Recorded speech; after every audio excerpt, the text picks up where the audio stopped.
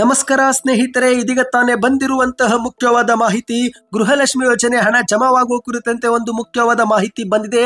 ಕೇವಲ ಅಷ್ಟು ಮಾತ್ರವಲ್ಲದೆ ಗೃಹಲಕ್ಷ್ಮಿ ಯೋಜನೆ ಕುರಿತಂತೆ ಶಿಕ್ಷಣ ಸಚಿವ ಮಧು ಬಂಗಾರಪ್ಪ ಅವರು ಕೂಡ ಒಂದು ಸಿಹಿ ಸುದ್ದಿ ಕೊಟ್ಟಿದ್ದಾರೆ. ಅದೇನು ಎಂಬುದನ್ನ ವಿಡಿಯೋದಲ್ಲಿ ಪೂರ್ತಿಯಾಗಿ ನೋಡೋಣ. ಅದಕ್ಕಿಂತ ಮೊದಲು ನೀವು ನಮ್ಮ ಚಾನಲ್ಗೆ ಮೊದಲು ಬಾರಿ ಭೇಟಿ ಕೊಡ್ತಾ ಇದ್ರೆ ದಯವಿಟ್ಟು ಸಬ್ಸ್ಕ್ರೈಬ್ ಆಗಿ, ಪಕ್ಕದಲ್ಲಿ ಗಂಟೆ ಕಾಣಿಸುತ್ತೆ ಸ್ನೇಹಿತರೆ, ಅದು ಕೂಡ ಒತ್ತಿದ್ರೆ ರಾಜ್ಯದ ಮುಖ್ಯವಾದ ಮಾಹಿತಿಗಳು ನಿಮಗೆ ಸಿಗುತ್ತವೆ. ಈ ಒಂದು ವಿಡಿಯೋಗೆ ಲೈಕ್ ಮಾಡಿ ಮತ್ತು ವಿಡಿಯೋ ವಾಟ್ಸ್ಆಪ್ ನಲ್ಲಿ ಕೂಡ ಶೇರ್ ಮಾಡಿ. ಹೌದು ಸ್ನೇಹಿತರೆ, ಕರ್ನಾಟಕದ ಕಾಂಗ್ರೆಸ್ ಸರ್ಕಾರ ಜಾರಿಗೆ ತಂದಿರುವ ಗೃಹಲಕ್ಷ್ಮಿ ಯೋಜನೆ ಕುರಿತಂತೆ ಒಂದು ಮುಖ್ಯವಾದ ಮಾಹಿತಿ ಬಂದಿದೆ. ಈಗಾಗಲೇ ನೀವು ಕೂಡ ಏನಾದರೂ ಗೃಹಲಕ್ಷ್ಮಿ ಯೋಜನೆ ಫಲಾನುಭವಿಗಳಾಗಿದ್ರೆ ನಿಮಗೆ ಗೊತ್ತಿರಬಹುದು, ಕಳೆದ 2-3 ತಿಂಗಳ ಅಂದ್ರೆ ಸರಿಸುಮಾರು 6,000 ರೂಪಾಯಿ ನಿಮ್ಮ ಖಾತೆಗೆ ಜಮಾವಾಗಿಲ್ಲ. ಹೌದಂದ್ರೆ ಕಮೆಂಟ್ ನಲ್ಲಿ ಎಸ್ ಅಂತ ಕಮೆಂಟ್ ಮಾಡಿ.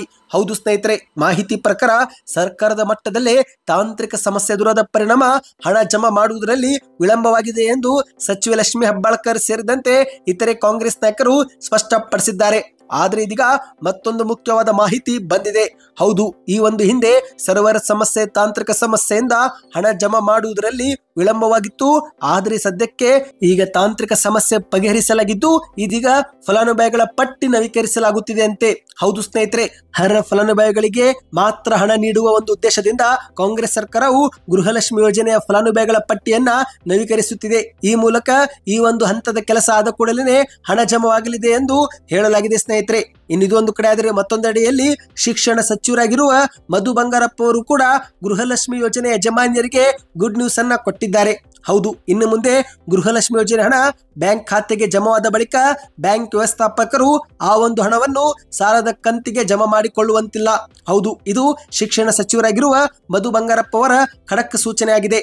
ಶಿವಮೊಗ್ಗದಲ್ಲಿ ಅಧಿಕಾರಿಗಳಿಗೆ ಖಡಕ್ ಸೂಚನೆ ಕೊಟ್ಟಿದ್ದಾರೆ. ಶಿಕಾರಿಪುರದ ತಾಲೂಕು ಕಚೇರಿ ಸಭಾಂಗಣದಲ್ಲಿ ಏರ್ಪಡಿಸಲಾಗಿದ್ದಂತ ತಾಲೂಕು ಅಭಿವೃದ್ಧಿ ಚಟುವಟಿಕೆಗಳ ಪ್ರಗತಿ ಪರಿಶೀಲನಾ ಸಭೆಯ ಅಧ್ಯಕ್ಷತೆ ವಹಿಸಿ ಇವರು ಮಾತನಾಡಿದ್ದಾರೆ. ಗೃಹಲಕ್ಷ್ಮಿ ಯೋಜನೆ ಹಣ ಫಲಾನುಭವಿಗಳ ಖಾತೆಗೆ ನೇರವಾಗಿ ಜಮೆಯಾಗುತ್ತೆ. ಆದ್ರೆ ಆ ಒಂದು ಹಣವನ್ನು ಬ್ಯಾಂಕುಗಳ ವ್ಯವಸ್ಥಾಪಕರು ಸಾಲದ ಖಾತೆಗೆ ಜಮಾ ಮಾಡಿಕೊಳ್ಳುತ್ತಿರುವ ಕುರಿತಂತೆ ದೂರುಗಳು ಬಂದಿವೆ.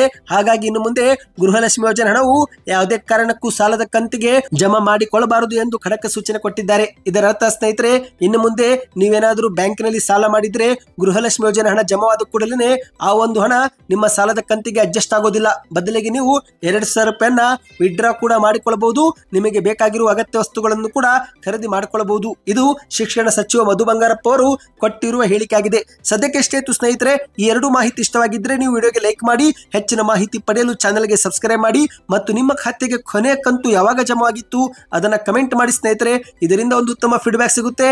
ಹೆಚ್ಚಿನ ಮಾಹಿತಿ ಪಡೆಯಲು ನಮ್ಮ ಚಾನೆಲ್ಗೆ ಸಬ್ಸ್ಕ್ರೈಬ್ ಮಾಡಿ.